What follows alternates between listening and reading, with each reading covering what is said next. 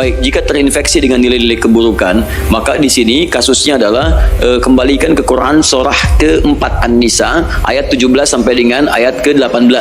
Itu yang dikenal dengan taubat namanya.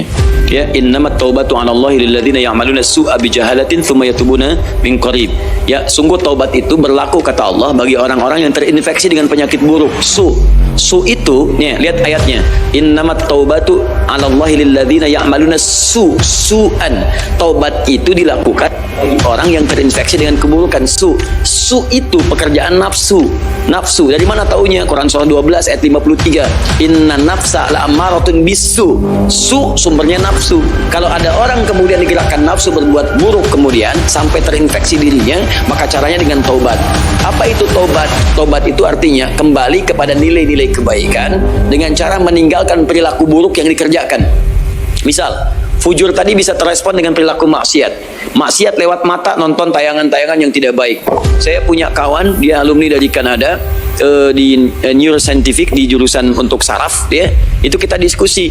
Ternyata selain narkoba sekarang ini yang paling bahaya itu pornografi. Pornografi itu begitu seseorang kemudian menggunakan fungsi pandangannya untuk melihat tayangan seperti itu langsung merusak ke fungsi otaknya. Dia masuk tuh, menginfeksi, kadang-kadang candunya lebih besar daripada narkoba. Makanya orang kalau nggak pernah lihat, tiba-tiba melihat itu bayangannya tuh lama di bagian otaknya tuh. Kadang-kadang penasaran, padahal udah dipalingin kan, tadi apa sih, apa benar salah gitu kan. Nah, itu bisa demikian tuh, itu yang paling dahsyat.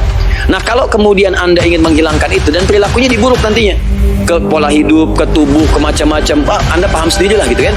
Nah, maka apa yang kemudian mesti dilakukan? Tinggalkan itu. Tinggalkan, jauhi, taubat.